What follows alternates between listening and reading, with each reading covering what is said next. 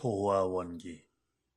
진나라 태원년간 무릉 사람이 고기잡이를 생업으로 했다. 작은 강으로 가다가 길을 잃어버렸다. 오랜 복숭아 나무 숲이 보이는데 강깃을 걸어 수백 걸음 있었고 잡목 하나 없었다. 풀이 싱싱하고 아름다웠으며 꽃잎이 어지러이 떨어지고 있었다. 어부는 기이하다고 여기면서 나갔고 숲 끝까지 가보려 했다. 숲의 끝은 강의 발원지였고 그곳에 산이 하나 있었다. 산에는 작은 입구가 있었는데 빛이 새 나오는 것 같았다. 그래서 배를 버려두고 입구로 들어갔다. 처음에는 너무 좁아서 한 사람이 겨우 지나갈 정도였다. 다시 수십 걸음을 가자 탁 트이며 시야가 넓어졌다. 땅은 평탄하고 넓은 곳에 가옥들이 가지런했다. 비옥한 밭, 고운 연못, 뽕나무, 대나무 같은 것들이 보였다. 사방으로 난 밭길은 이어져 있었고 개 짖는 소리와 닭 우는 소리가 들렸다. 거기서 사람들이 오가며 씨를 뿌리고 농사를 짓고 있는데 남녀가 입은 옷이 모두 외지인 것 같았다. 노인과 아이가 즐겁게 놀고 있다가 어부를 보고 깜짝 놀라서 어디서 왔는지 묻는다. 어부는 상세하게 대답했다. 그러자 집으로 데리고 가 술상 차리고 닭을 잡아 대접했다. 마을에서는 이 사람이 왔다는 말을 듣고 다들 와서 물었다. 그곳 사람들이 말했다. 선조들이 진나라 때 전란을 피해 처자와 사람들을 데리고 이 외진 곳으로 왔고 다시는 밖으로 나가지 않았습니다. 그래서 외부와 단절됐습니다. 지금이 어느 시대냐고 묻는데 위지는 물론 한나라조차 모르고 있었다. 어부가 일일이 아는 대로 말하자 모두 감탄하며 놀라워했다. 다른 사람들도 그를 집에 초대했고 모두 술과 음식을 내왔다. 며칠 뒤 떠나려는데 누군가가 말했다. 외부 사람들에겐 얘기하지 마십시오. 그곳에서 나와 배를 찾았고 왔던 길을 따라 곳곳에 표시를 했다. 군에 도착해서 태수를 찾아가 이런 일이 있었다고 말했다. 태수는 곧장 사람을 시켜 갔던 길 표시해 둔 곳을 찾게 했는데 끝내 길을 잃고 찾지 못했다. 남양의 유자기는 고상한 선비다. 그 얘기를 듣자 흔연히 찾아가 보려고 했지만 찾지 못하고 병으로 죽었다. 이후로는 아무도 그 길을 묻는 이가 없었다.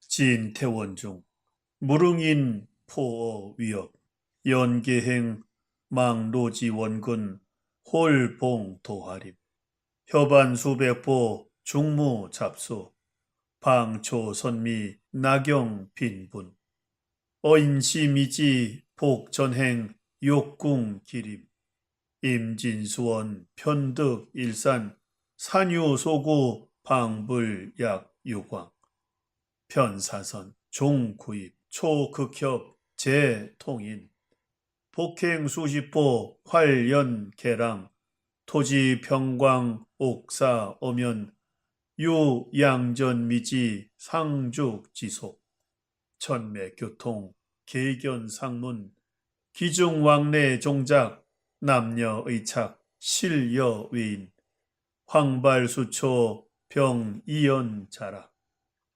견어인 내 대경 문소종래 구답지 변효환가 설주 살계 작식 촌중 문유차인 함내 문신 자운 선세 비진실한 솔처자읍인 내 차절경 불복 출원 수여외인 간격 문금시하세 내 부지 유한 물온 위진 차인 일일위 구원소문 개탄환 여인 각복 연지 기가 개출 주식 정수일 사거 차중인 어운 부족 위 외인 도야 기출 듣기선 편부 향로 처처지지 급군하 예태수 설여차 태수 즉 견인 수기왕 심향소지 수미 불복 등록 남양 유자기 고상사야 문지 흔연교왕 미과 심병종 후 수무 문진자. 도화원기라는 이 글은 도연명이 쓴 글 중에서 귀거래사와 함께 가장 많이 알려졌다. 무릉도원이라는 말의 출처가 되기도 한 이 글은 전란을 피해 세상과 단절된 곳에서 평화롭게 사는 사람들을 만난 기록이다. 도연명이 어디서 이런 이야기를 들었는지 확인할 수는 없지만 실제 있었던 이야기를 기록한 내용일 것이다. 어쩌면 도연명 자신의 기록일지도 모른다.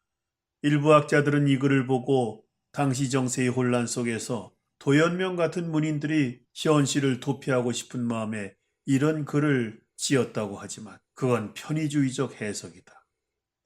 논밭이나 가옥의 모습, 사람들의 차림이나 거동, 그리고 닭을 잡아 대접하고 술상을 차리는 등 상세하고 구체적인 내용으로 봐서 허구로 지어진 글은 아니다. 밖에 나가서 이건 얘기를 하지 말아달라고 당부를 받았지만 어부는 그 약속을 어기고 돌아오자마자 태수와 유자기 등에게 말을 한다. 전체적인 내용으로 볼 때 무릉도원 같은 곳은 실제 했을 뿐만 아니라 그런 곳이 하나가 아닐 것이라는 게 후세 소동파의 말이다.